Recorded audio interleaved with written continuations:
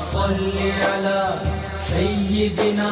ومولانا محمد وعلى جی ناظرین و سامعین، پروگرام یاد الہی میں روزانہ عظیم ہستیوں کے تذکار پاک ہوتے ہیں، اور اس کے ساتھ ساتھ کچھ ایسے موضوعات پر گفتگو بھی ہوتی ہے جن سے آپ کو رہنمائی حاصل ہوتی ہے۔ آج ایک عظیم ہستی، عظیم تابعی، عظیم فقیہ، عظیم محدث، عظیم عالم حضرت عطا بن رباح رضی اللہ تعالی عنہ آپ کے تذکار خیر ہوں گے۔ تابعین میں بہت بلند مقام آپ کا، اور تابعین کی عظمت اور شان کے حوالے سے اس بات پر گفتگو ہوتی رہتی ہے۔ وہ سورہ توبہ کی آیہ مبارکہ والذین اتبعوہم بإحسان، خاص طور پر یہ لفظ اتباع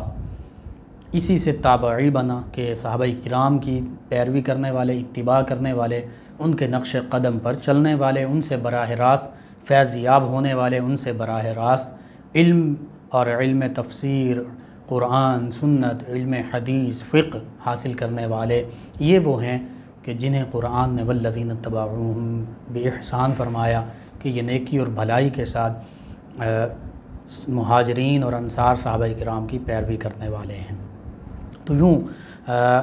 احسان کے ساتھ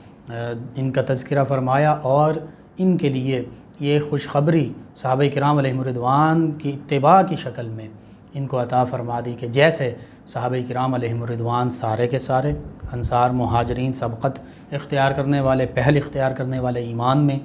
اور ان کے ساتھ دیگر صحابہ کرام جو ان کی پیروی کرنے والے ہیں، حتیٰ کہ بعد میں آنے والے تابعین جو صحابہ کرام علیہم الرضوان کی پیروی کرنے والے ہیں، ان سب کے لیے یہ بشارت ہے جنتوں کی جن کے نیچے نہریں بہتی ہیں، اور ہمیشہ ہمیشہ ان میں وہ رہیں گے، اور پھر یہی سب سے بڑی کامیابی ہے۔ تو یوں صحابہ کرام علیہم الرضوان کی اتباع، پیروی کامل، ان کے نقش قدم پر چلنے کا انعام ان ہستیوں کو بھی حاصل ہوا کہ اللہ سبحانہ و تعالی نے ان کو بھی صحابہ کرام علیہم الرضوان کے ساتھ نسبت ان کی اتباع اور پیروی کے حوالے سے ان کو بھی ان ساری بشارات سے نوازا۔ اور پھر تاریخ انسانی میں سب سے بہترین دور نبی کریم رؤوف الرحیم علیہ الصلاۃ والتسلیم کا دور ہے، انبیاء کرام علیہم السلام کے ادوار مبارکہ، لیکن خود میرے آپ کے ہم سب کے آقا و مولا صلی اللہ علیہ وآلہ وسلم نے خصوصاً 3 ادوار مبارکہ کو بہترین دور فرمایا۔ خیر القرون قرنی ثم الذین یلونہم ثم الذین یلونہم فرمایا، سب سے بہتر نبی کریم صلی اللہ علیہ وآلہ وسلم نے فرمایا کہ سب سے بہتر میرا عہد مبارکہ ہے، وہ عہد مبارکہ جس میں نبی کریم رؤوف الرحیم علیہ الصلاۃ والتسلیم خود بنفس نفیس اس کائنات ہست و بود میں تشریف فرما ہیں، موجود ہیں، آج بھی آپ ہمارے درمیان ہی موجود ہیں۔ لا الہ الا اللہ محمد الرسول اللہ، اللہ کے سوا کوئی عبادت کے لائق نہیں، اور محمد صلی اللہ علیہ وآلہ وسلم اللہ کے رسول ہیں۔ تو آج بھی آپ اللہ کے رسول ہیں، لیکن جو ظاہری حیات مبارکہ آپ نے اس کائنات میں گزاری، وہ 63 برس کی ظاہری حیات مبارکہ، وہ اس کائنات کا سب سے حسین ترین دور، سب سے خوبصورت، سب سے مکمل، کامل، اکمل دور، سب سے عظیم دور، سب سے خیر اور بھلائی والا دور، وہ دور مبارکہ ہے جس میں نبی کریم صلی اللہ علیہ وآلہ وسلم اور صحابہ کرام علیہم الرضوان موجود ہیں۔ پھر فرمایا، یہ تو فرما دیا خیر القرون قرنی، سب سے بہتر آپ نے فرمایا میرا قرن مبارکہ ہے، میرا عہد مبارکہ ہے، میرا زمانہ مبارکہ ہے، اور پھر فرمایا ثم الذین یلونہم، پھر وہ عہد مبارکہ، وہ زمانہ سب سے بہتر ہے جو میرے زمانے کے ساتھ متصل ہے، جو میرے اور میرے صحابہ کرام علیہم الرضوان کے ساتھ متصل ہے، یعنی وہ عہد مبارکہ جس میں صحابہ کرام علیہم الرضوان بھی موجود ہیں، تابعین کرام بھی موجود ہیں۔ تو دوسرا عہد مبارکہ یہ تابعین کرام علیہم الرضوان کا زمانہ، یہ بھی اس میں موجود ہے، خیر القرون قرنی کے ساتھ متصل ہے۔ اور پھر فرمایا ثم الذین یلونہم، پھر جو ان کے ساتھ ملا ہوا زمانہ ہے، جو ان کے ساتھ متصل زمانہ ہے، یعنی تابعین سے بھی جن ہستیوں نے فیضان پایا، فیض یاب ہوئے، ان کو بھی خیر القرون میں شامل فرما دیا، یعنی تبع تابعین علیہم الرضوان۔ تو یوں تاریخ انسانی میں اور تاریخ اسلام میں یہ 3 وہ ادوار مبارکہ ہیں جو سب سے بہتر دور ہیں، اور ان میں بھی سب سے بہتر نبی محتشم صلی اللہ علیہ وآلہ وسلم اور صحابہ کرام علیہم رضوان کا عہد مبارکہ، پھر صحابہ کرام اور تابعین اعظام علیہم رضوان کا عہد مبارکہ، پھر تابعین اور تبع تابعین علیہم رضوان کا عہد مبارکہ۔ تو یوں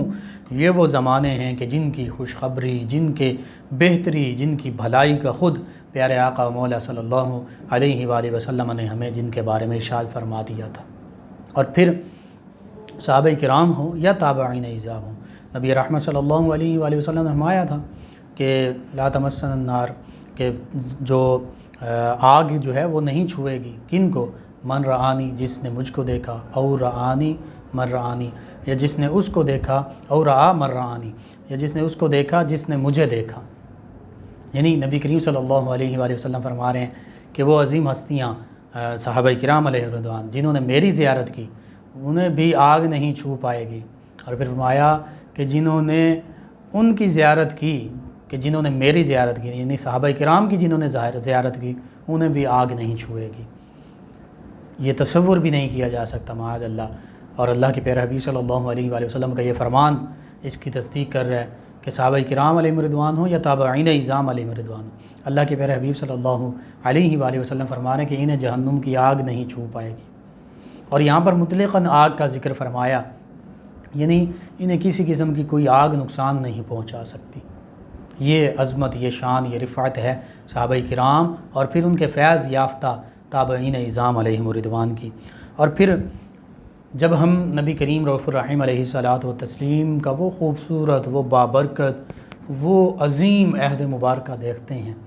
کہ جس کے جیسا کوئی اور عہد مبارکہ نہیں ہو سکتا۔ صحابہ کرام علیہم رضوان اپنی آنکھوں کو نبی کریم رؤوف الرحیم علیہ الصلاۃ والتسلیم کی زیارت سے ٹھنڈا کر رہے ہیں، اور وہ نبی کریم صلی اللہ علیہ وآلہ وسلم کی زیارت کے جو سعادتیں ہیں وہ بھی حاصل کر رہے ہیں، اور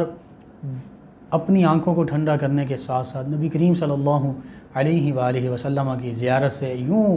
گوہر بار ہو رہے ہیں، منور ہو رہے ہیں، روشن ہو رہے ہیں کہ جہاں نبی کریم صلی اللہ علیہ وآلہ وسلم سراج منیر ہیں، تو صحابہ کرام علیہم رضوان نجوم ہدایت ہیں، یہ بھی ستارے ہیں، روشنی کے ستارے۔ نبی کریم صلی اللہ علیہ وآلہ وسلم ایسے سورج ہیں کہ جو خود تو روشن ہیں ہی، سبھی کو روشن فرماتے ہیں، اور ان سے روشنی پانے والے وہ چمکتے ہوئے ستارے بن جاتے ہیں صحابہ کرام علیہم رضوان، اور پھر ان سے روشنی پانے والے وہ بھی اعلیٰ روشنی کے مینارے بن جاتے ہیں۔ تو یوں یہ وہ عظیم ہستیاں ہیں۔ حقیقت یہ ہے بلا مبالغہ، بلا شبہ، کائنات نے ان جیسی عظیم ہستیاں نہیں دیکھی۔ تابعین اعظام علیہم رضوان کی جب ہم بات کرتے ہیں تو سب سے پہلے نبی کریم رؤوف الرحیم علیہ الصلاۃ والتسلیم نے دین اسلام کی خاطر سب سے زیادہ تکالیف مصائب برداشت کی ہے، پھر صحابہ کرام علیہم رضوان نے، پھر تابعین اعظام علیہم رضوان نے۔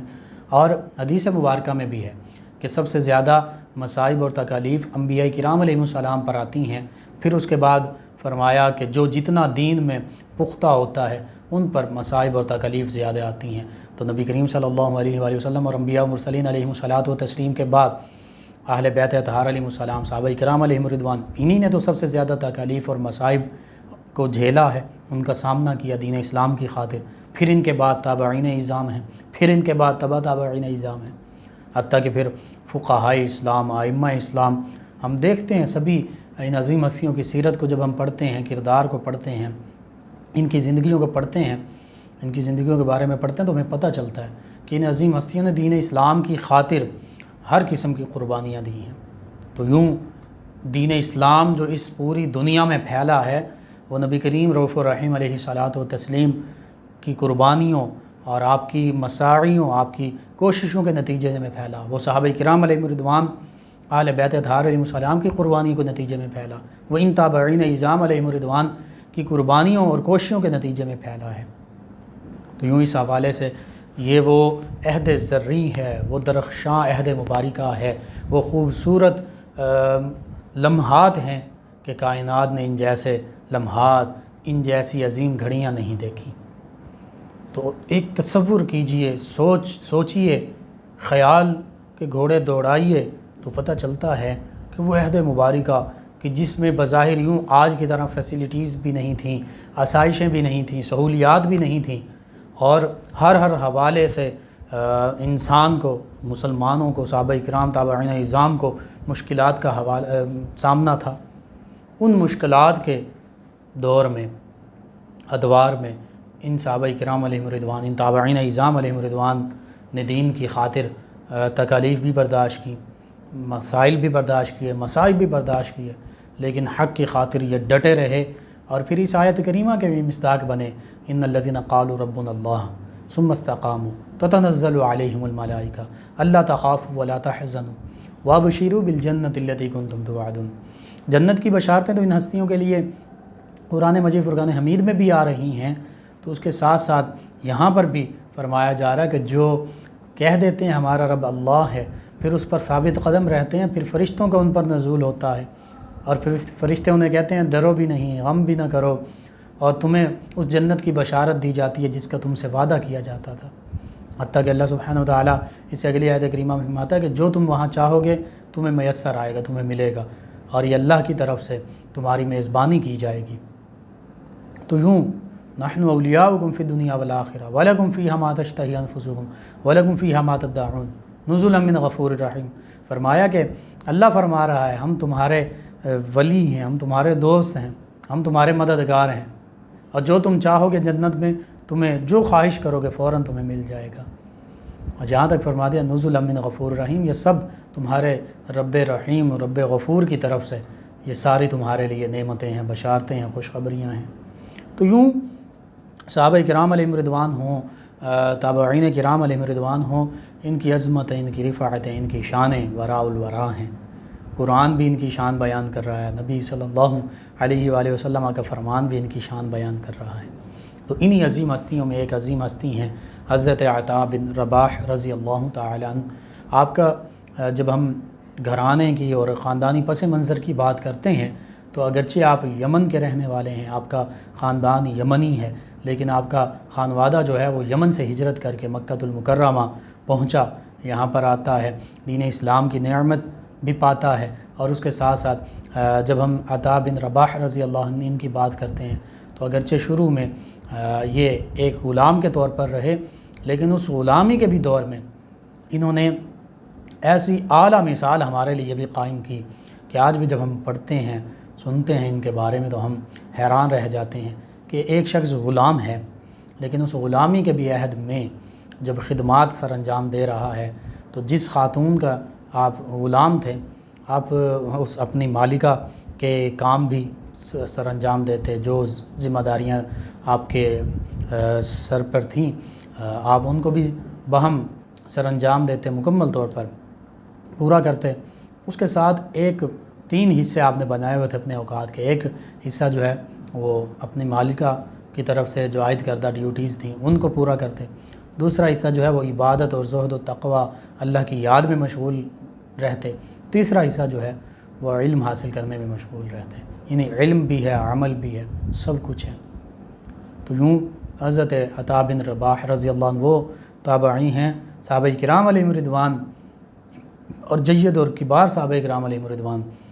ان کی تعریف اور توصیف بیان کرتے ہیں، ان کے علم اور ان کی فقاہت کو لوگوں کے سامنے بیان کر رہے ہوتے ہیں۔ اسی طرح ان کے چونکہ میں نے عرض کیا کہ خانوادہ جو ہے وہ یمن سے مکہ المکرمہ پہنچا اور پھر یہیں کے ہو رہے، تو اس حوالے سے ہم دیکھتے ہیں تو یمنی بھی ہیں۔ نبی کریم صلی اللہ علیہ وآلہ وسلم یمن سے بہت زیادہ محبت فرمایا کرتے تھے، اور یمن میں سیدنا اویس قرنی رضی اللہ عنہ وہ بھی رہے، یمن سے ان کو بھی نسبت۔ نبی کریم صلی اللہ علیہ وآلہ وسلم اپنا جو قمیص مبارکہ اٹھایا کرتے اور فرماتے کہ یمن سے خوشبو رحمت آتی ہے، ٹھنڈی ہوا کے جھونکے آتے ہیں، حتیٰ کہ یمن کے لیے آپ بارہا، یمن کے لیے اور شام کے لیے بارہا دعا بھی فرمایا کرتے، اللہم بارک لنا فی یمننا، اللہم بارک لنا فی شامنا، 3 مرتبہ یہ دعا فرمائی۔ اور شام جو ہے وہ صرف آج کا سیریا، آج کا شام نہیں، بلکہ شام اس وقت شام جو ہے اس میں فلسطین، اس میں یہ سارے عرب ممالک، اردن، یہ سارے علاقے شامل تھے۔ تو یوں آج بھی شام سے حقیقت میں مراد صرف ملک شام نہیں، بلکہ فلسطین، اردن، لبنان، یہ سارے علاقے وہ سرزمین جو انبیاء و مرسلین علیہم الصلاۃ و تسلیم کی سرزمین رہی ہے، یہ ساری اس علاقے میں شامل ہے۔ اسی طرح یمن، تو یمین جو ہے وہ دائیں کو کہتے ہیں، تو مدینہ طیبہ مکہ المکرمہ کا جو دائیں طرف دائیں جانب جو علاقہ سارے کا سارا یہ یمن کہلاتا تھا۔ تو یوں نبی کریم صلی اللہ علیہ وآلہ وسلم اس یمن کے لیے بھی دعا فرمایا کرتے تھے۔ تو یمن سے نبی کریم صلی اللہ علیہ وآلہ وسلم کو محبت تھی، اور یمن کے اکثر لوگوں کو نبی کریم صلی اللہ علیہ وآلہ وسلم سے محبت تھی۔ ان میں بڑے بڑے خیر التابعین سیدنا اویس قرنی رضی اللہ عنہ بھی شامل ہیں، ان میں یہ عطا بن رباح رضی اللہ عنہ بھی شامل ہیں۔ اللہم صلی علی سیدنا و مولانا محمد وعلی ناظرین و سامعین، حضرت عطا بن رباح رضی اللہ تعالیٰ عنہ، آپ کی حیات، آپ کی خدمات، آپ کا علم، عمل، آپ کے اخلاص، اس پر گفتگو ہو رہی ہے۔ آپ کی ولادت جو ہے یہ سیدنا عمر فاروق اعظم رضی اللہ عنہ کے عہد خلافت کے آخری دنوں میں، یا سیدنا عثمان ذو النورین رضی اللہ عنہ کے عہد خلافت کے ابتدائی دنوں میں مکہ المکرمہ میں ہوئی۔ اور چونکہ آپ کا خاندان جو ہے وہ یمن سے ہجرت کر کے مکہ المکرمہ آیا تھا، تو یہاں پر مکہ المکرمہ میں ان کا خاندان جو ہے ابو میسرہ فہری کے خاندان کے غلاموں میں شامل تھا، موالی میں شامل تھا۔ بچپن میں آپ ان کی ایک مالدار عورت کی خدمت پر مامور تھے، اور پھر علم کا شوق یوں پیدا ہوا کہ صحابہ کرام علیہم رضوان سے قرآن، حدیث، فقہ، یہ سارے علوم جو ہیں یہ سیکھا کرتے، حتیٰ کہ ان صحابہ کرام میں جید صحابہ کرام علیہم رضوان شامل ہیں، سیدنا عبداللہ بن عباس رضی اللہ عنہ، سیدنا عبداللہ بن عمر رضی اللہ عنہما، سیدنا جابر بن عبداللہ رضی اللہ عنہ، اسی طرح ام المؤمنین سیدہ عائشہ صدیقہ رضی اللہ تعالی عنہ، سیدنا عبداللہ بن زبیر رضی اللہ عنہ، سیدنا ابو سعید خدری رضی اللہ عنہ، یہ آپ کے اساتذہ میں یہ صحابہ کرام علیہم رضوان شامل ہیں۔ ان سے آپ نے قرآن کا علم بھی حاصل کیا، حدیث کا علم بھی حاصل کیا۔ خصوصاً اگر قرآن پاک کا علم اور تفسیر کے علم کی بات کی جائے تو سیدنا عبداللہ بن عباس رضی اللہ عنہما، ان سے آپ نے تفسیر کا علم اخذ کیا، اور دیگر ہستیوں سے آپ نے حدیث کا علم اخذ کیا۔ اور سیدنا عبداللہ ابن عباس رضی اللہ عنہما یہ چونکہ مفسر قرآن ہیں، صحابہ کرام میں سب سے بڑے مفسر قرآن، نبی کریم صلی اللہ علیہ وآلہ وسلم کی دعا کے حامل ہیں۔ اسی طرح صحابہ کرام علیہم رضوان سے حدیث اور فقہ کا علم حاصل کیا، کامل مہارت اور دسترس حاصل کی، اور پھر جب تمام علم حاصل کر لیا، ابھی علم حاصل کر رہے تھے، تو آپ کی مالکہ جو خاتون، انہوں نے جب علم کی اتنی رغبت دیکھی تو انہوں نے آپ کو آزاد کر دیا۔ بس پھر علم بھی حاصل کیا، علم حاصل کرنے کے بعد پھر بیت اللہ کے سائے میں ہی، صحن مکہ میں ہی بیٹھا کرتے، اور لوگ جوک در جوک آپ کے پاس آتے، شرعی مسائل پوچھا کرتے، فتاویٰ آپ سے لیا کرتے، فقہی مسائل کا حل ڈھونڈا کرتے، حتیٰ کہ آپ کے تلامذہ، آپ کے شاگرد جو ہیں وہ بھی یہیں بیت اللہ کے صحن میں، کعبۃ اللہ کے سائے میں آپ سے علم جو ہے وہ اخذ کیا کرتے، علم حاصل کیا کرتے۔ اور یہیں پر آپ حرم کے ایک یمنی کونے میں بھی تشریف فرما ہوا کرتے، وہاں پر عبادت بھی کیا کرتے، اللہ کی یاد میں محو بھی ہوا کرتے، اور آپ ایسے عبادت کیا کرتے کہ خشوع و خضوع کا ایک پیکر بن جایا کرتے۔ دنیا اور اس میں موجود ہر چیز سے آپ بالکل لا تعلق ہو جایا کرتے، اللہ ہی کی یاد میں محو ہوا کرتے۔ اور پھر استاد اپنے شاگرد کو کیسے علم دیتا ہے، شفقت اور محبت کا اظہار کیسے ہوتا ہے، سیدنا عبداللہ بن عباس رضی اللہ عنہما، ان کے آپ کو سکھانے کا انداز کیسا تھا۔ ایک موقع پر آپ ان کو تعلیم دے رہے ہیں، سیدنا عبداللہ بن عباس ان کو سیدنا عطا بن رباح رضی اللہ عنہ ان کو تعلیم دے رہے ہیں، تو ایک بوڑھی سیاہ فام خاتون گزری، اور وہ صحابیاں تھیں کہ جن کو مرگی کے دورے پڑتے تھے، اور ان کا معاملہ ایسا ہوتا تھا کہ وہ کپڑے یا اس طرح کچھ وہ بھی خبر نہیں رہتی تھی۔ انہوں نے نبی کریم صلی اللہ علیہ وآلہ وسلم کی بارگاہ میں آ کر سارا ماجرا عرض کیا، تو نبی کریم صلی اللہ علیہ وآلہ وسلم نے فرمایا کہ تم صبر کرو، اور پھر صبر پر جنت تمہیں اللہ سبحانہ وتعالی عطا فرمائے گا۔ انہوں نے صبر کیا تو اللہ کے پیارے حبیب صلی اللہ علیہ وآلہ وسلم کی طرف سے جنت کی مصداق ٹھہری۔ تو اب سیدنا عبداللہ بن عباس رضی اللہ عنہما جب دیکھا کہ وہ سیاہ فام بوڑھی خاتون گزر رہی ہیں، تو اپنے ان شاگرد سے حضرت عطا بن رباح رضی اللہ عنہ سے فرماتے ہیں کہ عطا، اگر جنتی خاتون دیکھنی ہے تو اس خاتون کو دیکھ لو، اور پھر ساتھ ہی فرمایا کہ یہ وہ خاتون ہیں کہ جنہیں مرگی کے دورے پڑتے تھے، تو نبی کریم صلی اللہ علیہ وآلہ وسلم کے فرمانے پر انہوں نے صبر کیا، تو نبی کریم صلی اللہ علیہ وآلہ وسلم کے فرمان کے مطابق یہ جنتی خاتون ٹھہری۔ آپ نے فرمایا تھا کہ صبر کرو تو جنت تمہارے لیے ہے، انہوں نے صبر کیا تو یہ جنت کی مصداق ٹھہری۔ یعنی صحابہ کرام علیہم رضوان کا علم اور تعلیم دینے کا طریقہ ایسا تھا کہ یوں پیار بھرے محبت بھرے انداز کے ساتھ اور پریکٹیکل مثالوں کے ذریعے بھی سمجھا رہے تھے۔ آج ہم دیکھتے ہیں مدارس اور اسکول کالجز میں ہم دیکھتے ہیں کہ وہ پروجیکٹر کے ذریعے یا بعض کا وہ پریکٹیکل لیبز بھی ہوتی ہیں، ان کے ذریعے اسٹوڈنٹس کو علم سکھایا جا رہا ہوتا ہے۔ تو یہ علم کا جو فیضان ہے یہ نبی کریم صلی اللہ علیہ وآلہ وسلم، صحابہ کرام، تابعین، اہل بیت اطہار علیہ السلام سے نہ صرف دینی علوم کے معاملے میں جن کو ہم دینی علوم کہتے ہیں، حالانکہ یہ سبھی دینی علوم ہیں اگر دین کی خاطر، اسلام کی خاطر، مسلمانوں کی خاطر ان کو سیکھا جائے، حتیٰ کہ دیگر جن کو ہم دنیاوی یا سائنٹیفک علوم کہہ دیتے ہیں یہ بھی دین ہی کے تابع ہیں، دین ہی سے اخذ کرتے ہیں، قرآن و سنت ہی سے اخذ کرتے ہیں، تو ان کے بھی پریکٹیکل جو ہیں وہ بھی صحابہ کرام، تابعین، اہل بیت اطہار انہی سے اخذ کرتے ہیں۔ بہرحال اللہ سبحانہ و تعالیٰ نے حضرت عطا بن رباح رضی اللہ عنہ کو بڑی شان سے نوازا، صحابہ کرام سے براہ راست فیض یاب ہوئے اور پھر دین اسلام کی خدمت ایسے کی کہ کبار جو تابعین ہیں، بڑے بڑے تابعین، ان میں آپ کا شمار کیا جاتا ہے۔ حافظ ابن حجر عسقلانی علیہ رحمہ نے ان کے بارے میں تو یہاں تک لکھ دیا کہ وَكَانَ مِن سَعَادَاتِ التَّابِعِينَ فِقْهًا وَعِلْمًا وَوَرْعًا وَفَضْلًا، فرمایا کہ یہ فقہ ہو، دینی علوم ہو، علم ہو، دینی علم ہو، دنیاوی علم ہو، زہد و تقوی، ورع ہو، یا فضل ہو، اللہ کا جو فضل ہے، جو بزرگی ہے، اس میں سب سے آگے ہیں۔ یہ سادات التابعین میں شامل ہیں، تابعین میں جتنے سردار اور بڑے بڑے تابعین اعظام ہیں ان میں یہ شامل ہیں، تو یہ بہت بڑی بات ہے۔ اور حافظ ابن حجر عسقلانی علیہ رحمہ نے ان کے بارے میں امام ابو حنیفہ علیہ رحمہ کا یہ قول بھی نقل کیا کہ امام ابو حنیفہ علیہ رحمہ فرماتے ہیں کہ میں نے حضرت عطا سے بڑھ کر علم و فضل میں کوئی شخص نہیں دیکھا۔ تو یوں بڑی بڑی عظیم ہستیاں جو ہیں، بڑے بڑے محدث، بڑے بڑے فقیہ، مفسر، ان کے بارے میں ان کی بزرگی، ان کے فضل، ان کا علمی کمال، ان کا زہد و تقوی، ان کی فقاہت کی گواہی دے رہے ہیں۔ اور خود حضرت امام ابو حنیفہ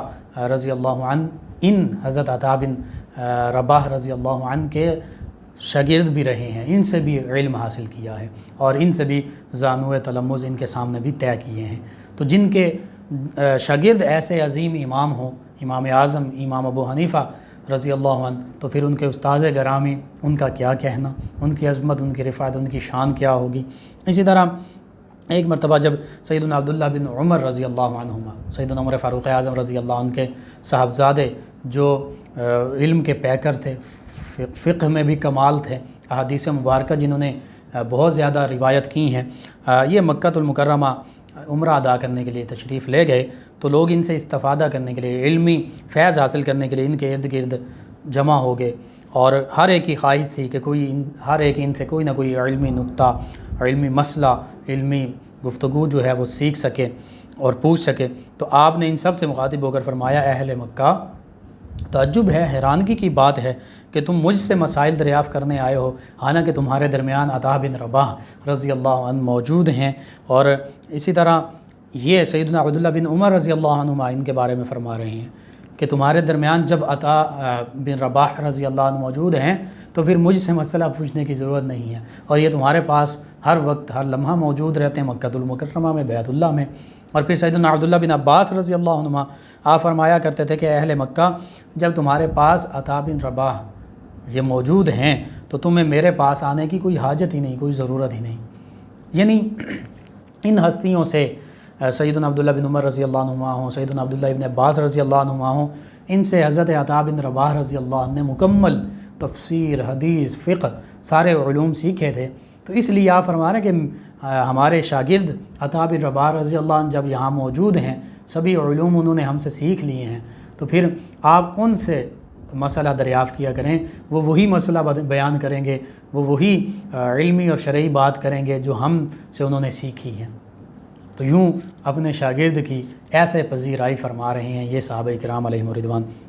حتیٰ کہ امام محمد باقر علیہ السلام یہ بھی لوگوں کو یہی فرمایا کرتے تھے، حالانکہ خود یہ علم کے کتنے بڑے امام ہیں، فرماتے تھے کہ جہاں تک ہو سکے عطا بن رباح ہی سے حدیث لیا کرو، انہی سے حدیث سماع کیا کرو، ان حدیث کی سماعت کر کے انہی کی سند کو آگے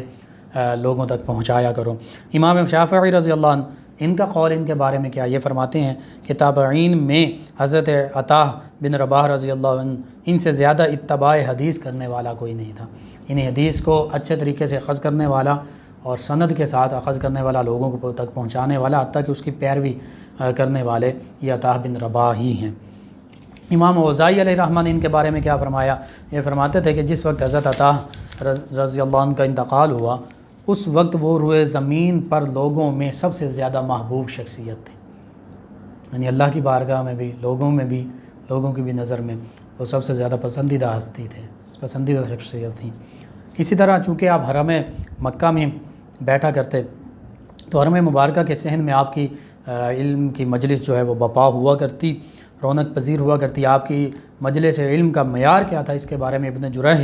جو آپ کے شاگرد بھی ہیں لکھتے ہیں کہ میں عطا بن ابی رباح رضی اللہ عنہ کی خدمت میں علم حدیث کے حصول کا جذبہ لے کر حاضر ہوا تو میرے دل میں خواہش تھی کہ میں بھی وہ مقام و مرتبہ پاؤں جو انہیں حاصل ہیں۔ تو فرماتے ہیں کہ آپ کی مجلس میں اس وقت عبداللہ بن عبید بن عمر رضی اللہ عنہ بھی موجود تھے، یعنی حضرت عمر رضی اللہ عنہ کے پوتے۔ تو کہتے ہیں کہ انہوں نے مجھ سے پوچھا کہ قرآن مجید حفظ کر لیا؟ میں نے جواب دیا نہیں۔ فرمایا جاؤ پہلے قرآن مجید فرقان حمید کا استحضار کرو، اسے حفظ کرو، یاد کرو، اور پھر علم حدیث کی طرف متوجہ ہونا، کیونکہ حدیث مبارکہ جو قرآن مجید فرقان حمید ہی کی تو تشریح ہوتی ہے، تفسیر ہوتی ہے۔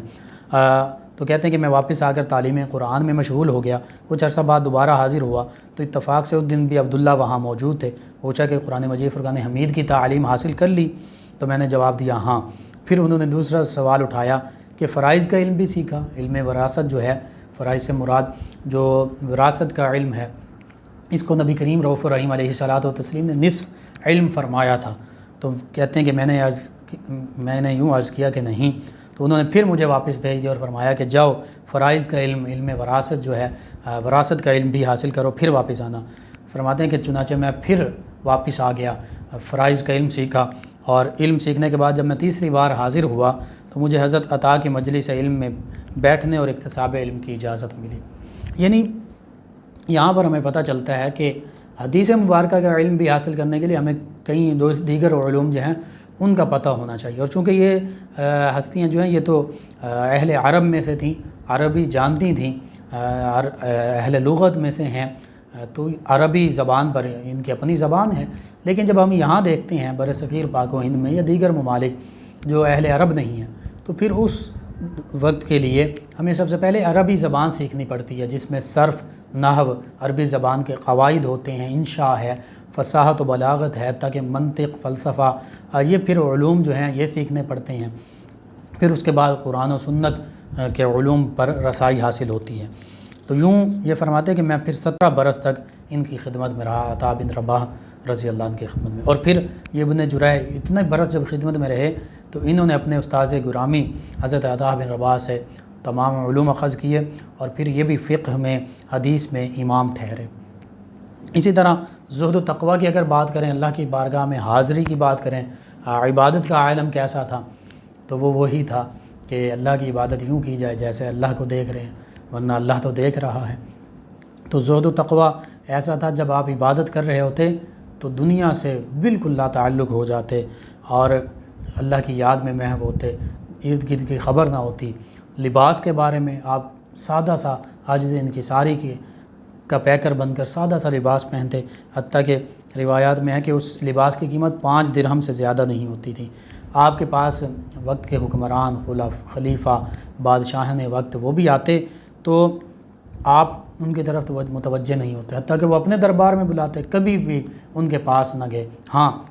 جب تمام مسلمانوں کے لیے کوئی اجتماعی معاملہ ہوتا تو مسلمانوں کی خیر خواہی کے لیے، مسلمانوں کے اجتماعی مفاد کی خاطر خلیفہ، حکمران یا بادشاہان وقت کے پاس وفد کی شکل میں آپ تشریف لے جایا کرتے، اور ان حکمرانوں کو دین اسلام کا پیغام بھی پہنچاتے، ان حکمرانوں کو واعظ و نصیحت فرماتے اور ان حکمرانوں کو تنبیہ فرمایا کرتے۔ حتیٰ کہ وہاں پر یوں ہوتا کہ امت مسلمہ، مسلمانوں کی خیر خواہی کا جذبہ لے کر جا رہے ہوتے، وہاں پر پانی بھی نہیں پیا کرتے کہ کہیں لوگ یہ نہ سمجھیں یا یہ بادشاہ جو ہے اس کے دل میں یہ بات نہ آئے کہ یہ تو ہمارے دربار میں آئے ہیں تو پھر یہاں سے کچھ حاصل بھی کرنا چاہتے ہیں، یعنی دنیاوی کوئی منصب، کوئی دولت، کوئی جاہ۔ بہرحال آپ کو وہ جو بادشاہان وقت ہیں وہ تحائف بھی دیا کرتے، تو آپ ان کو لینے سے انکار کر دیا کرتے۔ حتیٰ کہ اسی طرح کا ایک واقعہ کہ آپ علمی مجلس بپا کیے بیٹھے ہیں حرم مکہ میں، تو اس موقع پر خلیفہ سلیمان بن عبد الملک یہ حج کے دوران آتا ہے، حج بھی کرتا ہے، طواف کر رہا ہے، تو طواف سے فارغ ہو کر اپنے قریب لوگوں سے پوچھتا ہے کہ شیخ کدھر موجود ہیں، یعنی حضرت عطا بن رباح۔ تو انہوں نے بتایا کہ مسجد حرام کے مغربی کنارے کی طرف کی جانب وہ موجود ہیں، تو یہ اور وہاں پر نماز ادا کر رہے ہیں۔ تو یہ وہاں پہنچا اپنے بیٹے کو ساتھ لے کر، دیکھا حضرت عطا بن رباح رضی اللہ عنہ بڑے خشوع و خضوع کے ساتھ، بڑے انہماک کے ساتھ اللہ کی یاد میں محو ہیں، نماز ادا کر رہے ہیں۔ تو بس وہاں پر بیٹھ گیا۔ بیٹھنے کے بعد جب آپ نماز سے فارغ ہوئے تو اس نے آپ علمی مجلس، لوگ دیگر بھی موجود تھے تو لوگوں سے مخاطب تھے، اس موقع پر اس نے سلام کیا۔ آپ نے یوں ہی جیسے عام دیگر لوگوں کو سلام کا جواب دیتے ہیں اسی طرح جواب دیا، یعنی کوئی زیادہ یہ اس طرح کہ یہ خلیفہ آ گیا ہے تو میں اس کی کوئی زیادہ آؤ بھگت کروں یا کوئی خاص اس کو پروٹوکول دوں، نہیں۔ آپ نے جس طرح دیگر مسلمانوں کو سلام کرتے ہیں اچھے طریقے سے کیا جاتا ہے اسی طرح سلام کیا، لیکن کوئی خاص یہ نہیں کہ، اور اس کی وجہ تھی کہ جو حدیث کی مجلس ہے، جو قرآن کی مجلس ہے، اس میں قرآن اور حدیث کی اہمیت ہے، کسی بھی شخص کی اہمیت نہیں، چاہے کوئی خلیفہ بھی ہو، چاہے کوئی حکمران بھی ہو۔ وہ آئے گا تو اللہ اور اللہ کے پیارے حبیب صلی اللہ علیہ وآلہ وسلم کے فرامین مبارکہ کا ادب اور اس مجلس کا ادب بجا لیتے ہوئے عام مسلمان ہی کی طرح وہاں حاضر ہوگا۔ بہرحال آپ نے اسی طرح معاملہ فرمایا، وہ آپ کے پاس بیٹھ گیا، علمی سوالات کرتا رہا، آپ اس کے جوابات دیتے رہے، اور اتنی تفصیل کے ساتھ حتیٰ کہ اس نے مناسک حج کے بارے میں پوچھا، حج کے جو ارکان ہیں، حج کیسے کیا جائے، ان کے بارے میں پوچھتا رہا۔ آپ قرآن و سنت کے مطابق اس کو جواب دیتے رہے اور بہت زیادہ تفصیل کے ساتھ جواب دیتے رہے تاکہ وہ مزید سوال ہی نہ کر سکے، مزید اس کو حاجت نہ رہے۔ اور ہر جواب کی سند جو ہے، جب حدیث مبارکہ سے بیان کرتے تو نبی کریم صلی اللہ علیہ وآلہ وسلم تک جو متصل سند ہوتی وہ بیان فرماتے۔ جب سوال و جواب کا سلسلہ ختم ہوا تو خلیفہ نے شکریہ بھی ادا کیا، شکریہ ادا کر کے وہ روانہ ہونے کے لیے اٹھ کھڑا ہوا۔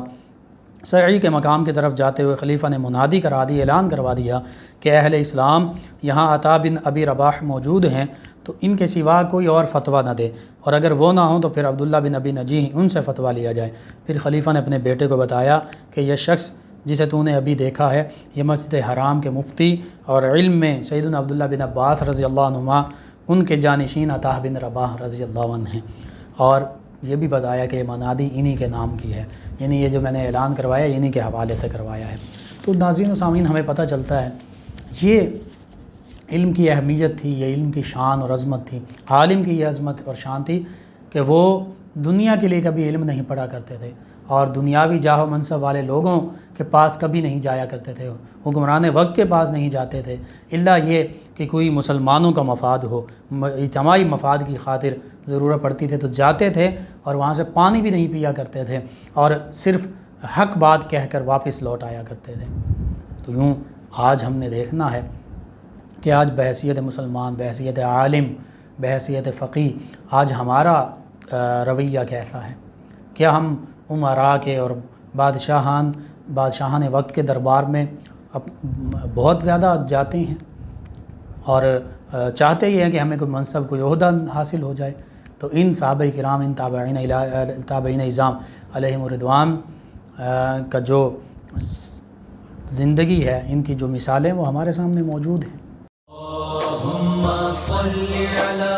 سیدنا و مولانا محمد وعلی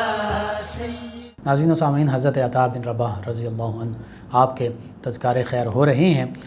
حضرت سلیمہ بن کہیل رحمہ اللہ، ان کا قول ہے کہ میں نے تین اشخاص ایسے دیکھے ہیں جو اپنے علم سے محض اللہ کی رضا چاہتے ہیں، یعنی اللہ کی رضا کی خاطر علم حاصل کیا اور علم پھیلا رہے ہیں۔ فرمایا کون ہیں؟ پہلے فرمایا عطا بن رباح رضی اللہ عنہ، دوسرے حضرت طاؤس رضی اللہ عنہ، تیسرے حضرت مجاہد رضی اللہ عنہ۔ تو سب سے پہلے جو علم اللہ کی رضا کی خاطر جنہوں نے سیکھا اور آگے پھیلا رہے ہیں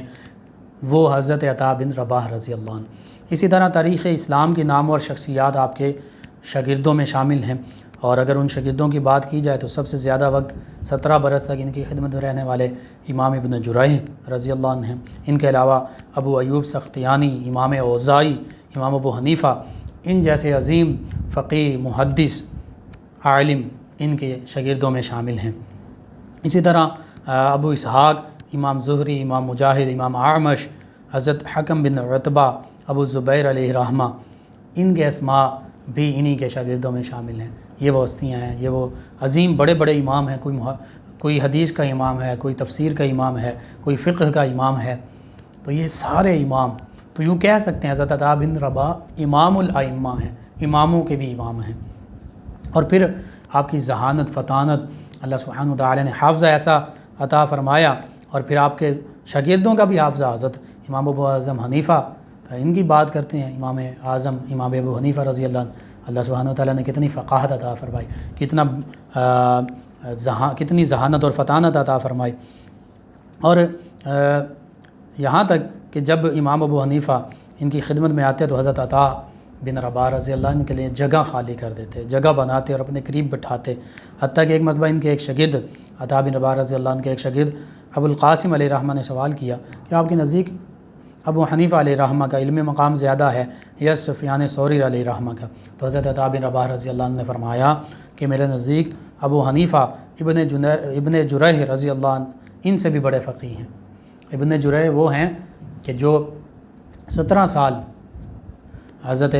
عطا بن رباح رضی اللہ عنہ کی خدمت میں رہے ہیں، تو ان سے بھی بڑھ کر آپ فرما رہے کہ ابو حنیفہ رضی اللہ عنہ کا مقام علمی مقام ہے، اور فرمایا کیونکہ فقہی معاملات میں ان سے زیادہ گہرائی اور گرفت رکھنے والا شخص میں نے نہیں دیکھا۔ تو یوں یہ دیکھیے، استاد جب اپنے شاگرد کی اگر عظمت ہے تو